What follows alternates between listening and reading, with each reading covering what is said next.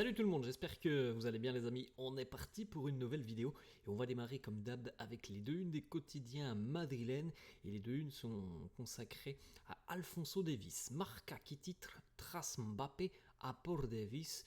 Après Mbappé, le Real fonce sur Alphonso Davies. On regardera dans quelques instants deux petites informations qui sont tombées dans ce dossier Alphonso Davies. On enchaîne avec la une du quotidien AS. Là aussi, c'est Alphonso Davies qui est en une. Davies solo falta el Bayern. Davies, il ne manque plus que le Bayern. Bon, évidemment, c'est le plus compliqué. Maintenant, avoir l'accord du Bayern, ou ne serait-ce le fait que de tomber d'accord avec le Bayern, c'est voilà, ce qui va manquer visiblement pour le moment.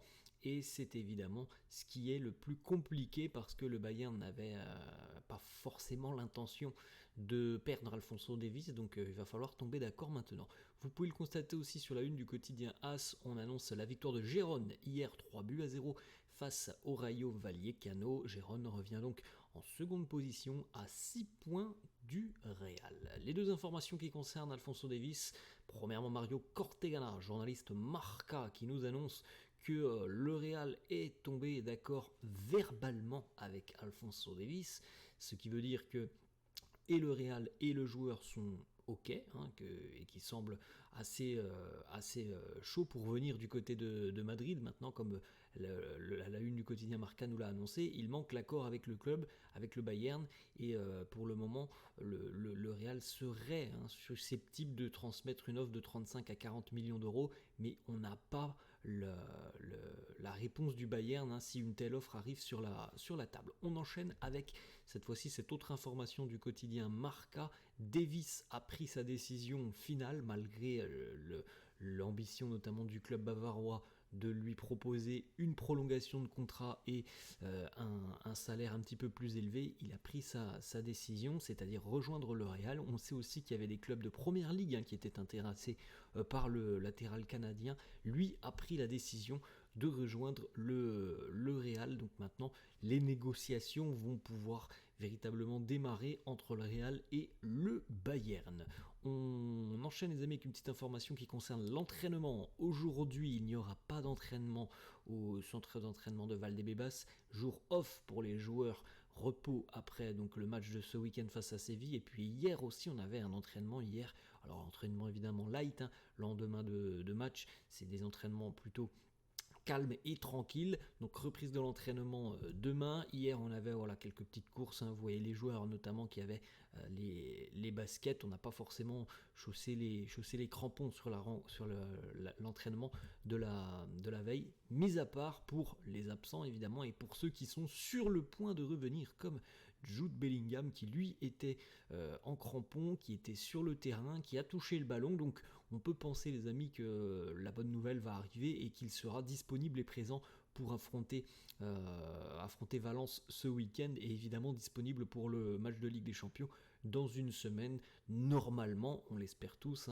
mais demain il devrait être de retour avec le groupe. On continue les amis avec une petite stat sur Luka Modric cette saison. Luka, c'est 1475 minutes jouées sur les 3330 de cette saison, dans la globalité et dans l'intégralité de cette saison. Il a joué 1475 minutes, donc allez, un petit peu moins de 50%, 29 matchs disputés sur 37, il y a 8 matchs où il n'a même pas joué une seule minute, il a démarré 16 fois en tant que titulaire sur 37 rencontres, et malgré le fait qu'il ait un temps de jeu réduit par rapport à ses standards et par rapport à tout ce qu'il a connu au cours de sa carrière, Lucas c'est tout de même 5 passes décisives et 2 buts cette saison.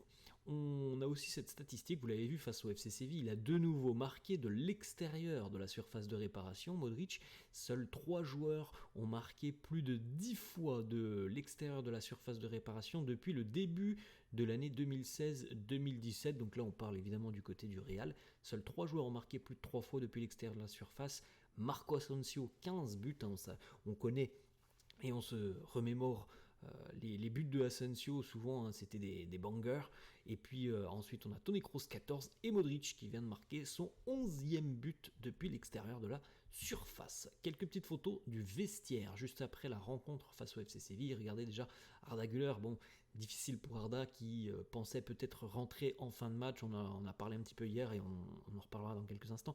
Mais voilà, il n'a pas pu rentrer. Mais Arda, voilà, il est venu féliciter Lucas. Il a fait sa petite accolade avec le numéro 10. On voit, me semble-t-il, juste derrière le jeune Jacobo aussi. On voit légèrement, mais il doit être très très souriant.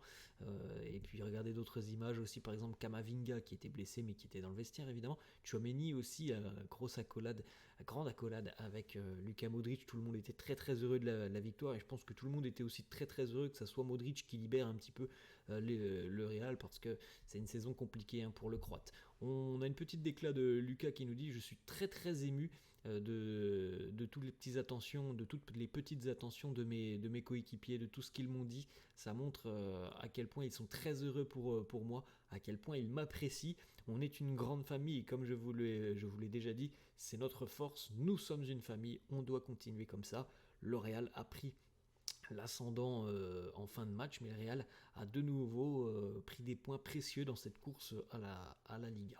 On continue les amis avec, ça c'est la définition même de l'esprit de compétiteur tout simplement. À la 82e, après le but de Modric, on a vu Sergio Ramos venir se plaindre d'un hors-jeu passif, me semble-t-il, je crois que c'était Rudiger, me semble-t-il que c'est Rudiger qui est un petit peu dans la surface, hors-jeu complètement passif. Contrairement au but par exemple du match aller entre Leipzig et le Real, au but inscrit par les Allemands en début de rencontre, où il y a vraiment hors-jeu parce qu'il fait action de jeu sur la vision de Andriy Lunin. Là pour le coup, Rudiger ne fait absolument aucunement action de jeu. Bon, Sergio Ramos évidemment, il est venu, il a tenté de discuter avec l'arbitre. Pour le coup, voilà, il n'y avait pas possibilité de siffler hors-jeu contre le Real. Donc vous avez un échange un petit peu tendu entre l'arbitre Sergio Ramos et Luka Modric. Et puis en fin de match, dès le coup de sifflet final, Sergio Ramos et Luka Modric qui se congratulent, qui s'enlacent parce qu'ils ont traversé évidemment des années hyper glorieuses du côté du Real et que ça fait toujours plaisir de revoir ses ex-coéquipiers. On a une petite déclat de Ramos justement sur son retour au Bernabeu. Il nous dit: merci au Bernabeu pour votre amour, je suis touché, je suis très très fier et extrêmement reconnaissant. On a une petite déclat hier lorsqu'il est arrivé au centre d'entraînement de Valdebebas, Fede Valverde, qui a été questionné par les journalistes du Chiringuito qui lui ont demandé Kylian Mbappé la saison prochaine. Fede qui nous dit: eh bien c'est un très grand joueur, ils sont tous les bienvenus. On enchaîne les amis avec les stats de Andriy Lunin cette saison en Liga. 14 matchs pour le portier ukrainien, 7 clean sheets, donc un match sur deux, le portier ukrainien n'encaisse pas de but et ça c'est évidemment exceptionnel. Et puis seulement 7 buts concédés aussi en 14 matchs, donc ce sont des stats dignes d'un très très grand gardien et ce sont des stats dignes aussi d'une défense de fer, d'une défense qui peut aller chercher un titre en Liga. On le sait, l'attaque c'est très bien, mais ce qui te fait gagner des titres en général, c'est la défense. On enchaîne avec les stats aussi pour Toni Kroos. Lors de cette rencontre face au FC Séville, Toni Kroos a créé le plus d'occasions. Toni Kroos a réalisé le plus de passes, 110 passes, le plus de longs ballons. On en avait parlé de cette stat hier, 18 longs ballons, le plus de tacles dans cette rencontre, 3. Et il a été aussi le joueur qui a subi le plus de fautes, en subissant 4 fautes. Une information de Fabrizio Romano qui annonce que le Real est très optimiste quant à la possibilité que Toni Kroos puisse donc prolonger son contrat avec le club d'une saison supplémentaire. Comme on en a déjà un petit peu discuté il y a quelques jours, le fait de le voir continuer avec la Nationalmannschaft allemande est tout de même un signe, je pense, très positif quant à sa continuité, quant au fait que la retraite n'est pas pour cette année. Alors, c'est peut-être pour l'année prochaine, mais il me semble que ça ne sera peut-être pas pour cette année.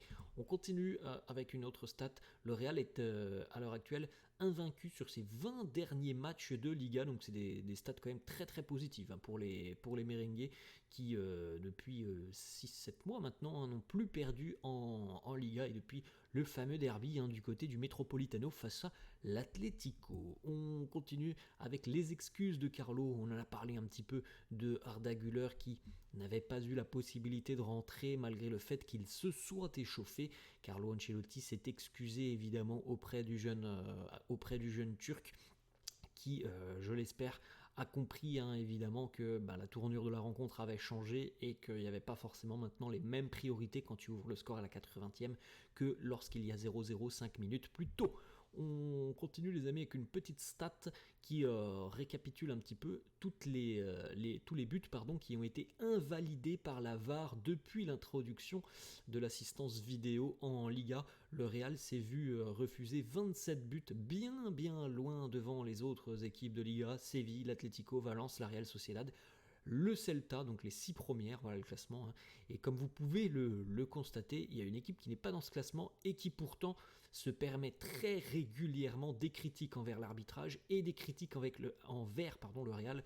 Vous avez, je pense, rapidement compris de quelle équipe je voulais parler. On termine les amis avec une petite déclat de Zizou hier, qui a été questionné un petit peu sur son avenir par un journaliste Sky Sport. Zidane qui répond: l'avenir en Italie, pourquoi pas, tout peut arriver. Maintenant, je fais autre chose, mais j'aimerais vraiment revenir sur un banc.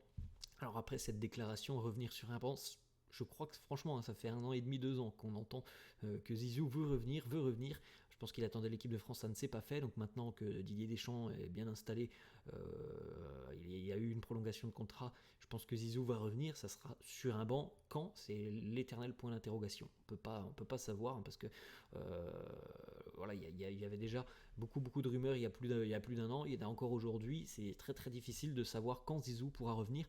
On sait, d'après certains médias, que voilà, la piste du Bayern semble une option sérieuse cet été. Voilà les amis, la fin de cette vidéo. J'espère que ça vous a plu. N'hésitez pas comme d'hab à lâcher un petit pouce bleu. N'hésitez pas non plus à vous abonner à la chaîne. Je vous laisse et je vous dis à la prochaine. Ciao.